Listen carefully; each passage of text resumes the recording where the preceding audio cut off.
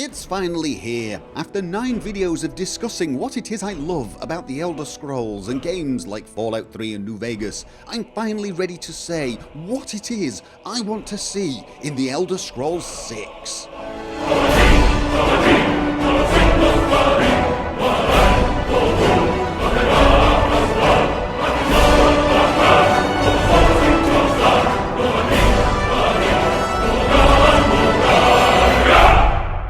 This video is definitely going to be a ramble, but it will also include some things that might seem a little obvious. You may find yourself saying, oh come on, you don't have to say that, there's no way they won't include that. But I'm a little afraid that they spend so much time listening to all of the people saying what they want to see added to the game that they may miss the fact that we love a lot of the things that they've had in their games for such a long time, and so I'm going to cover even those, and I'm going to ask you to bear with me. So having said that, let's just start with the most obvious thing in my opinion, and that is the Elder Scrolls 6 needs a great world, a world that we want to explore, a world that basically entices us to just travel over that next hill and try out the next dungeon. A world that really does bring out the inner child pretending to be a famous explorer. This game, I think, is going to need that. That is something they have been good at for such a long time. We don't say it often enough, but they are great world builders. We're going to want yet another great world. And of course we're going to need this world to have interesting things to discover, interesting places to find, interesting people to meet, and things to do. That of course brings us to the subject of factions. A big part of previous Elder Scrolls games were the various factions that we could join, we could climb the ranks of. I'm talking of course about things like the Mages Guild, the Fighters Guild, the Assassins Guild. You know the list. I want a lot of factions. In fact, I would suggest they go back to the kind of Morrowind number of factions. I liked the factions in Skyrim. I liked how interesting they were. I liked how different they were from each other, but I also liked the number of factions we had in Morrowind. I would like to see more. I mean, why can't we have 2 Mages Guild, perhaps at odds with each other, or a kind of Knights Guild of some sort, some order of warriors who were very much against assassins and thieves, and you could join that faction, but only if you weren't a member of another faction, something that would allow us to, force us to choose. This happened in Skyrim. You could not join both sides of the Civil War, and I liked that. I liked the idea that one faction precluded the other faction, and I think this also helps provide replayability, because of course I want to see it from the other side. If you had multiple factions fighting against each other, you would almost certainly have to do many playthroughs to experience everything, and I think that would be a lot of fun. Now of course I want these factions to have a quest line that goes with them, a quest line that probably involves me progressing through the ranks and becoming higher and higher until eventually of course I take control, because that's what you do in every Elder Scrolls game. I suppose it might be nice to have some factions where you don't become the Grandmaster, but honestly I think that might be rocking the boat a bit. Pretty much that is what we expect when we play Elder Scrolls games, becoming the Grandmaster of everything and still having all the NPCs look down their nose at us and pretend they have no idea who we are. But whilst I want to see the sort of quests we saw in Skyrim, for example with the Companions, I really liked the Companions quest line, I also want to see them drawn out a little bit. That, it always felt a little too easy to become the harbinger of the Companions and the leader of the Thieves Guild and so on. It felt too easy to get there because I didn't really have to do very many jobs for these different factions. I know the jobs were available, but there was no real requirement to do them. I would like to see that change. I felt in games like Morrowind and even Oblivion I had to do more menial tasks to progress to the next level. This of course means I play for longer, but it also felt like well, it made me feel like I'd put some effort in to climbing the ranks rather than just basically stumble into it via blind luck. You can have this nice handcrafted quest line with custom dialogue and interesting storyline at the same time as having a lot of, well, basically radiant quests of go here and rob this house if you're in the Thieves Guild, or go here and defend this caravan if you're in the Fighters Guild. Radiant quests may not be the most interesting quests in the game, but they do give you an excuse to go out there, get into some fights, get some loot, and perhaps even on the way, discover some things you've not found. And to me, this is why I play. So I would like to see longer faction quest lines, even if it's just by adding forced radiant quests. Now, I do appreciate that might not be everyone's cup of tea, and they might want to skip those radiant quests. So perhaps instead of just making them completely optional, you have it in, well, I say completely optional, make it optional, but make it something you choose when you start the game. Think of things like Civilization, where you choose map size and how fast time flows, how epic the story is going to be, whether you're going to have a short game or a long game. If you have a drop down menu of, quick game, and this will mean you just go through the main quest items really, all the way to epic game experience where you do a massive amount of radiant quests in between to progress the ranks, I think that would give people the choice. But for me, I want to spend a little more time becoming the best of the best. Now, what I've described so far is essentially the quintessential Elder Scrolls experience. An open world for you to explore, lots of things for you to discover, and loads of factions to join. But you may have noticed I've not even touched the main quest. I've not mentioned it. And that's because really, although I'd love a nice quest, I'd love an interesting epic main quest, and I do think Skyrim had it, Morrowind had it, and so did Oblivion, it's not as important as the other things to me. What is important about the main quest is that it does not force itself upon me. It does not get in the way of me basically exploring and joining all of these other factions I've talked about and playing my own game. The previous Elder Scrolls games did a very, very good job of keeping the main quest, I wouldn't say optional, but off to the side. You could engage with it as much as and when you wanted. You really had a lot of possibilities to pretty much ignore it completely or do it towards the end without feeling, like a bit of a, well, like a terrible person. The quests were designed in such a way that you could go off and develop your character and it be part of the story itself. In the Dragonborn story in Skyrim, you were wandering off trying to find words to build up your power against Alduin. And of course that gave you lots of options to join other factions, become a better warrior, and do better in the final battle. The same was true in Morrowind. In fact, that game's main quest kind of encouraged you to go off and do other things.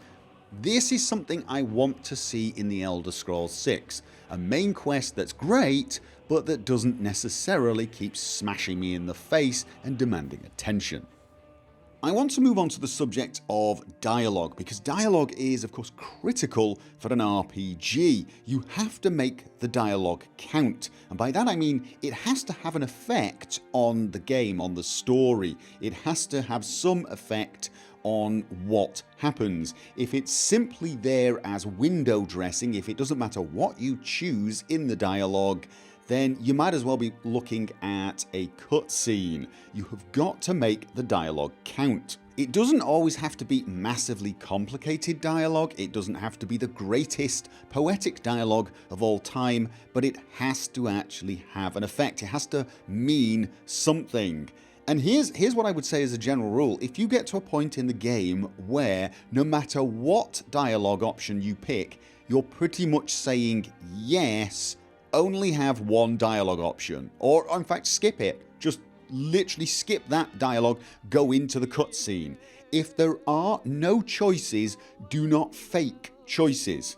Unless you can fake them so well, nobody notices, and I suspect that's not as easy as you think. I mean, games often have an illusion of choice, but they have to have a good illusion of choice. But there is a limit to how many times you can do that before people cotton on and, start not taking the dialogue seriously. You need people to take the dialogue seriously. It's a role-playing game. Dialogue is essential. There are going to be people who say otherwise. There are going to be people commenting down below saying that gamers today are too dumb to handle dialogue and that basically you could remove dialogue from RPGs and people would still buy them. I completely and utterly disagree with this. If I want something that has no dialogue, I'll buy a shooter game. There are plenty of them. People who buy RPGs expect some level of meaningful dialogue. Oh, and please have a dialogue system that makes sense. Do not always have 4 dialogue options no matter what. Not every situation has exactly 4 reasonable responses. Occasionally there's only going to be 1 response, sometimes 2, sometimes 10. Have the right amount of dialogue for the situation. Now, some people are going to say, well, with a dialogue wheel you have to have 4. First of all, this is not true. I've seen plenty of games with dialogue wheels that have more than 4. Sometimes they'll have 6 or 7 options on the wheel, or perhaps they will have a more option. And yes, you could argue, well, when it's in a wheel, you can just press one of the 4 buttons on the controller and quickly get into that option. But again, I'm going to point out this is dialogue. This is conversation. This is not a quick time event that needs to be reacted to instantaneously. Controllers have thumbsticks. They can handle a drop down, up down list of dialogue options. They have in other games. They can do it in The Elder Scrolls 6. There is no reason you can't have a list of options and people scroll through them. You do want a system of dialogue that makes sense. I'm not suggesting you have to complicate the dialogue system either. I like a simple dialogue system. That is not the same as liking simple dialogue. I'm all for complicated dialogue actually, just not a complicated dialogue system. There's no need for that.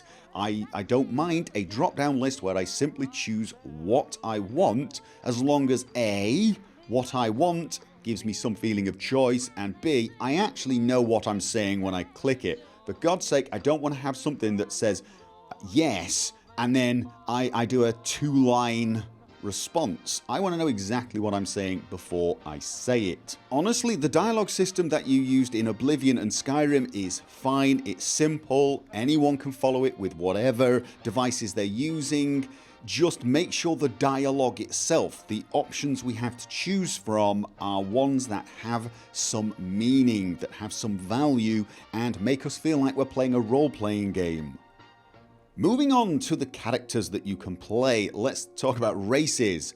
Please keep all the races. I know that should go without saying, but I want to cover all my bases. Don't remove any. Those races, everyone has a favourite race, and even if you don't play 1 or 2 of them, people are not going to want to see races disappear. In fact, feel free to add 1 or 2 new ones if you like. But also, if possible, try to make the races count. I know the idea in Skyrim was that you should be able to play an orc and it's be almost as good a wizard as the Breton and so on, but actually I don't like that. I like picking difficult and awkward classes. I played an orc sorcerer and I played a Breton archer.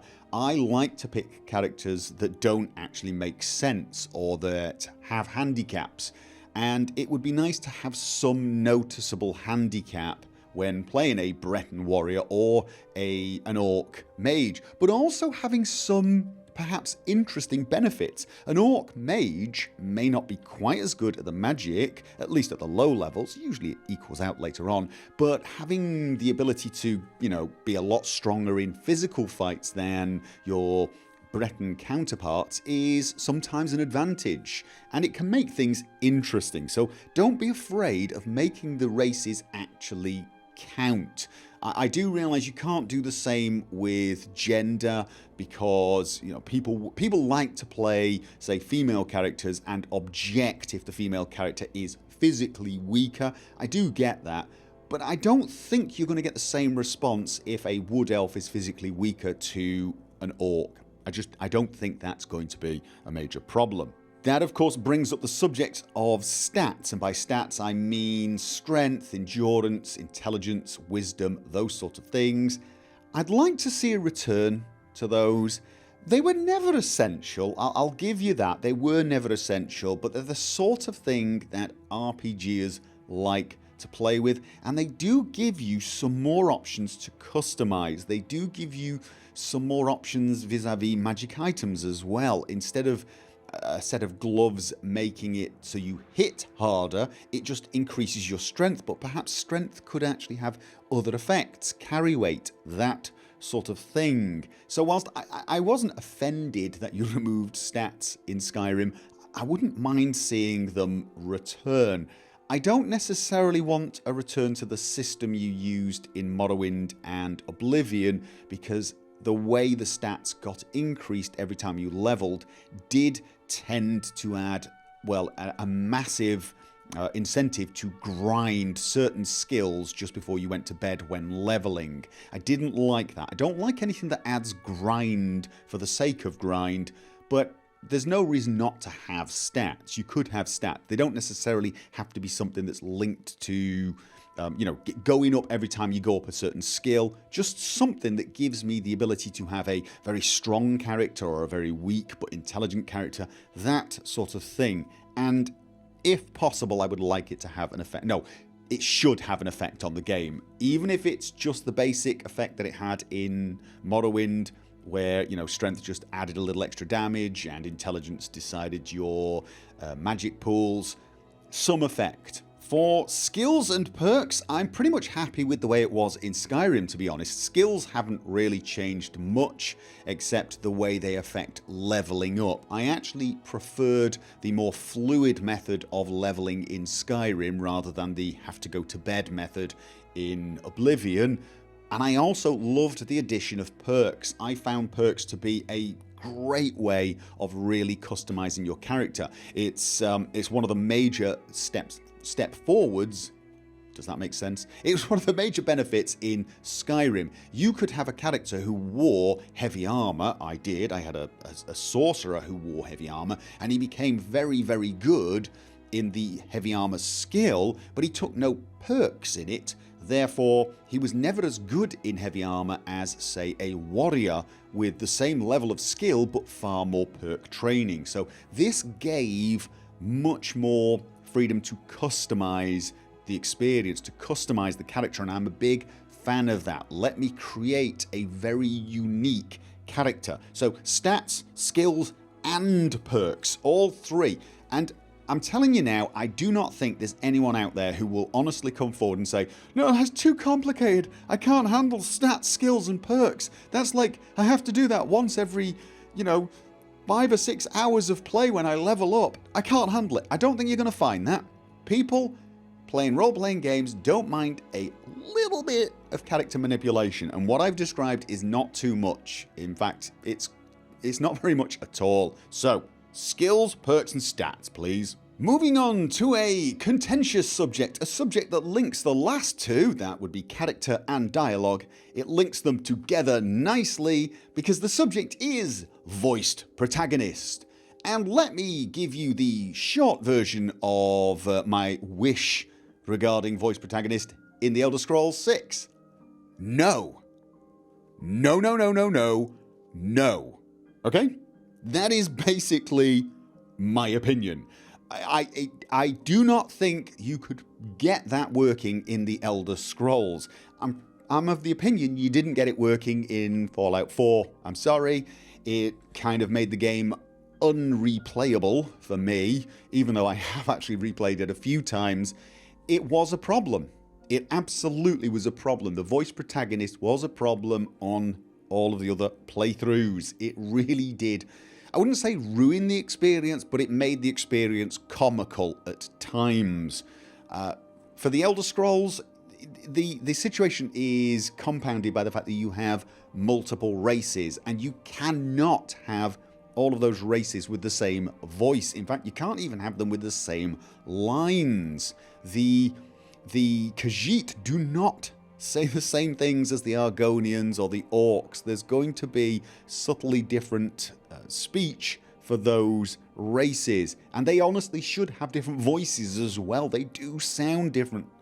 You could get the same actor, I suppose, but he would have to do different voices.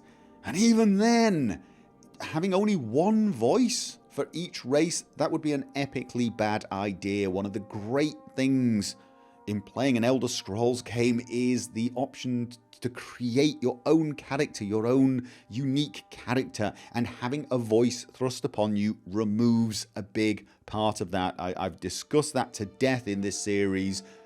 Voiced protagonist, it can work in certain types of games that are going for a certain type of effect, but for the Elder Scrolls, the formula that I've identified, the Elder Scrolls experience I am looking for, I want to play characters where I can either imagine or, voice the game myself in my case, but I want to imagine their voices, and I do not want to have one thrust upon me. So please, no voiced protagonist.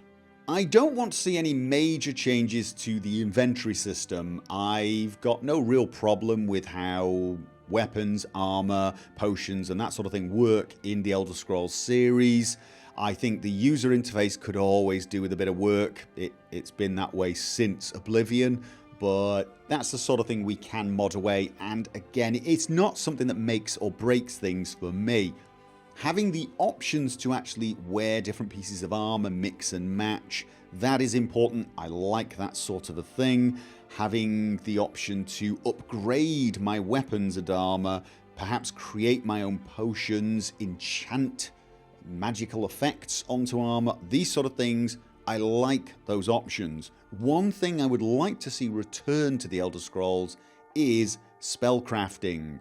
It was taken out for Skyrim. I can only assume for balance reasons, because honestly, that's the only one that makes sense, seeing as you had crafting for potions and for items.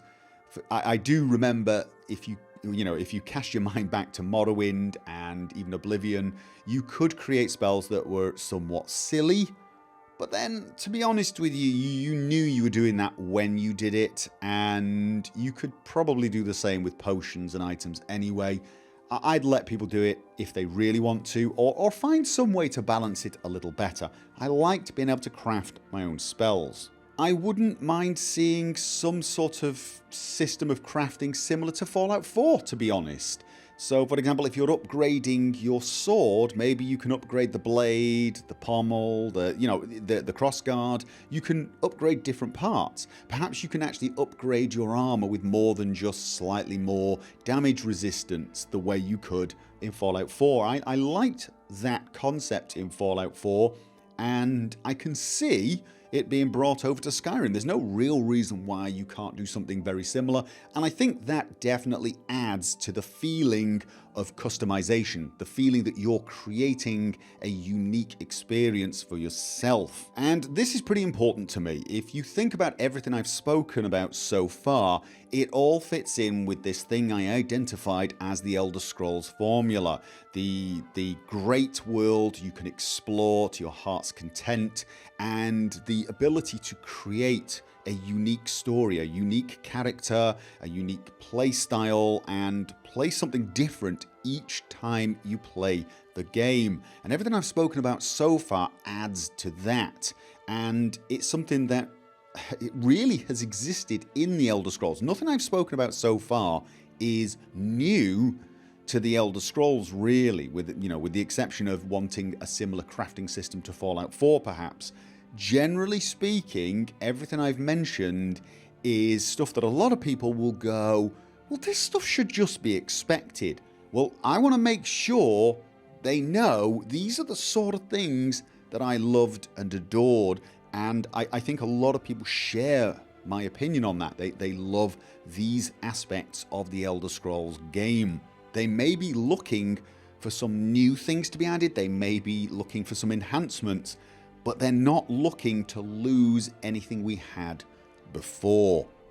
So that's the core experience I'm looking for, the core game that I want them to make, and as you can see, it's basically a mixture of things from Morrowind, Oblivion and Skyrim. It is fairly predictable. But what about new things? Well, there are some new things I'd quite like to see, but it's not the usual sort of thing. People talk about how they want a new engine and they want the graphics to be better and the user interface to be better and things like this.